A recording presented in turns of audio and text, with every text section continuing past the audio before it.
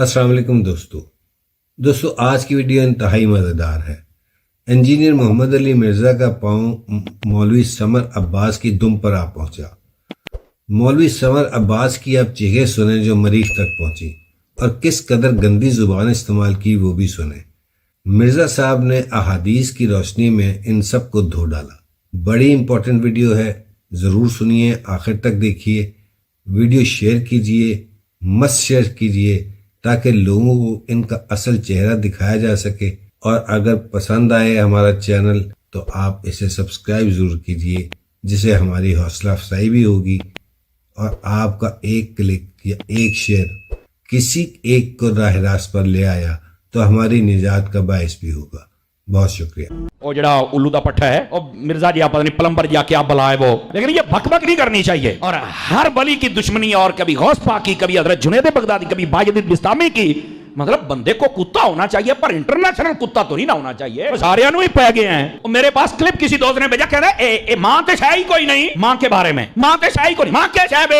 ओहो मुझे तब समझ आई। मैं समझता था ये तो सिर्फ प्यो कोई नहीं, ये तो मां भी कोई नहीं, ये तो खोती का पुत्र लगता है मैनू। ये तो किसी जानवर का बच्चा है यार। तेरी मां ही तेन पूछ लैंदी, पहले बुजुर्गों का मुखाले बने, हुण तू मैनू पै गया यार। ऐसा यतीमुल इल्म यजीदुल फिक्र खबीसुन नस्ल वल अस्ल वल अक्ल मुतमइन कमीना इंटरनेशनल बेगैरत। पता क्या कहता है ये सियूती? क्या है सियूती? इमाम जलालुद्दीन सियूती शाफई रहमतुल्लाह अलैह आपका जिक्र है। सियूती क्या है? सियूती ने बंदे देखे होने, सियूती मैं मां जैसे मुंह फट ऐसे बकबक कर रहा है। अब मैं क्या सुन, ए साला हजरत मलंग का जवाब सुन। तू सुयूती नहीं, तू जेलम दी कुत्ती है जेड़ा हर बंदे नु पै गई है तू। लेकिन तेनू पता कोई नहीं ना, तू साडी एक सट नहीं पछाणी पुत्रा। इस वास्ते अपनी जबान बंद कर, बकवास बंद कर। तेनू सियूती बनने का चाह चढ़े हुए। मैं कहा बल्ले हो शेरा, क्या बाजात दी कोट किली छतीरियां नु जप्फे। आपको ये ना कहे कि यहाँ कादरी साहब आपने थोड़ा सा ना ये उसको कुत्ती कहा है और खोती का बच्चा कहा। मैं क्या आप मंदा ही नहीं मानू, मैं करा की दस ना।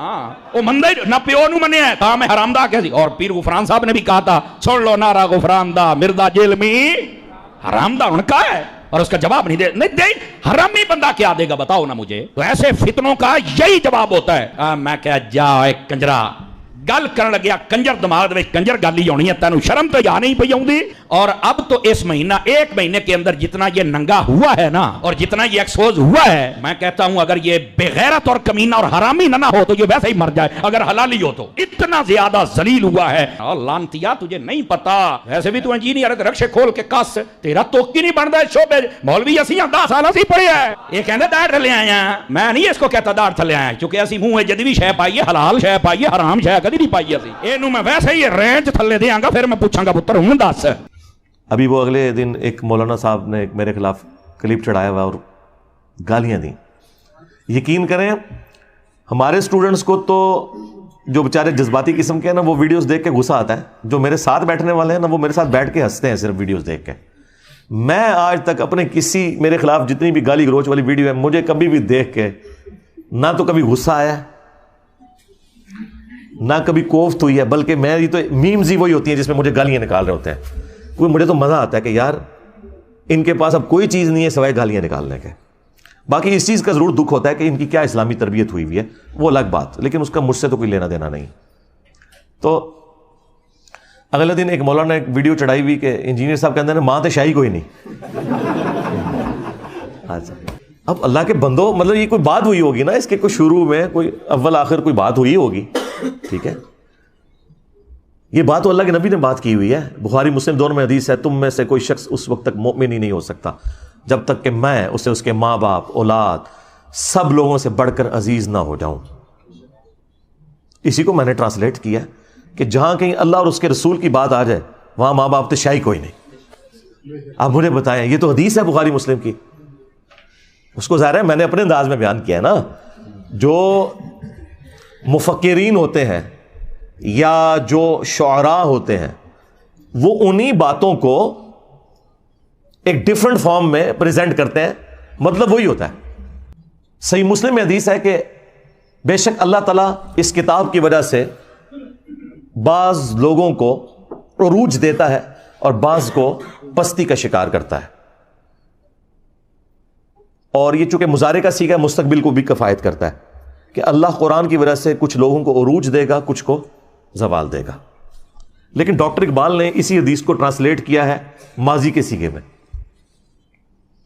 وہ زمانے میں معزز تھے مسلمان ہو کر اور تم خوار ہوئے تارک قرآن ہو کر. یہ جواب شکوہ کا شعر. حدیث میں تو یہ نہیں تھا. حدیث میں یہ تھا کہ اس کتاب کی وجہ سے قوموں کو عروج ملے گا اور بعض کو زوال ملے گا. مستقبل کی خبر تھی. ڈاکٹر اقبال نے اسے ماضی کی خبر بنایا, کیونکہ آج ہم مستقبل میں بیٹھے ہیں, ہمارے لیے تو ماضی ہو چکا ہے. ہمارے ساتھ جو کچھ ہوا, چاہے وہ ہمارے ساتھ تاتاریوں نے کیا یا کلونین پاورز نے کیا, ہم نے خواری تو کاٹ لی ہے.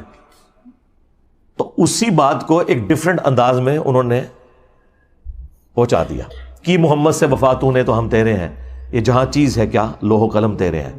اس پہ جواب شکوہ کنکلوڈ ہوا ہے نا. دیکھیں مولویوں کی کوئی تقریر ڈاکٹر اقبال کے شعروں کے بغیر مکمل نہیں ہوتی. اور کہتے ہیں علامہ اقبال نے فرمایا. علامہ اقبال کو کیا ڈگری سی؟ دسو. ہاں, تمہارے بڑے بڑے مفتی علامہ اقبال کو کوٹ کرتے ہیں اور علامہ کہتے ہیں. علامہ تو وہ نہیں تھے, وہ تو ڈاکٹر تھے. فلسفی میں انہوں نے پی ایچ ڈی کی ہوئی تھی. دین انہوں نے اسی طرح حاصل کیا جس طرح میں نے. بہرحال میں نے تو الحمدللہ جس لیول کے اوپر آپ کے سامنے بیان کیا ہے, تو ڈاکٹر اقبال نے بھی ویسے بیان نہیں کیا کہ آپ کو آیات یا حدیث کے کوئی حوالے بتائے ہوں. لیکن انہوں والے تک علامہ اقبال کہنے نے, انہوں تک کہنا چھوڑ دیں کہ محمد سے وفاتوں نے تو ہم تیرے ہیں, یہ جہاں چیز ہے کیا لوح و قلم تیرے ہیں.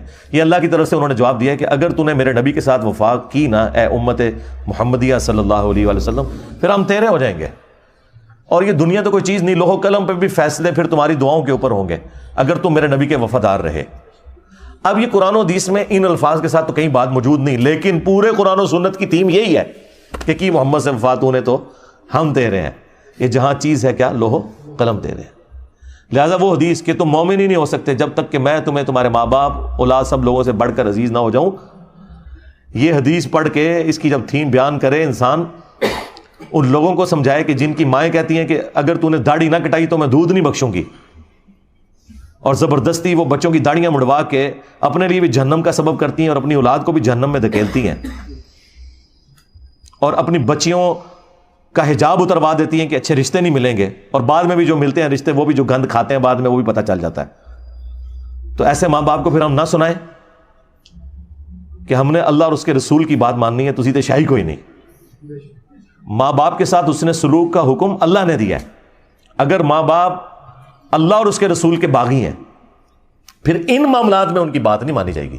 ہاں, دنیا میں معروف طریقے سے آپ نے چلنا ہے, ہیومن ڈگنیٹی وائلیٹ نہیں ہوگی. وہ تو سورہ لقمان میں آیا ہے کہ اگر وہ شرک کا کہیں تو تم نے نہیں بات ماننی, لیکن دنیا میں معروف طریقے سے چلنا ہے. اور صحیح بخاری میں حدیث ہے, حضرت ابو بکر کی ایک بیوی کافرہ تھی, اسماء بنت ابی بکر کی والدہ, حضرت عائشہ کی جو بڑی بہن تھی. انہوں نے کہا کہ میری ماں میرے پاس آتی ہے اور وہ مشرکہ ہے, تو کیا میں اس کے ساتھ حسن سلوک کروں؟ تو اللہ کے نبی صلی اللہ علیہ وآلہ وسلم نے فرمایا کہ ہاں تم اس کے ساتھ حسن سلوک کرو. یعنی دنیا میں آپ نے معروف طریقے سے معاملات کو لے کے چلنا ہے, سیدھی سی بات ہے. اس طرح آؤٹ آف کانٹیکسٹ تو آپ جس کی بھی چیز کو کاٹتے رہیں, اس کا تو کوئی اینڈ ہی نہیں ہونا, آپ جو مرضی کرتے جائیں. لیکن آپ نے فرق دیکھا, ہمارے اسٹوڈنٹس یہ حرکت کسی کے ساتھ نہیں کرتے اور ہمارے مخالفین کرتے ہی یہی ہیں.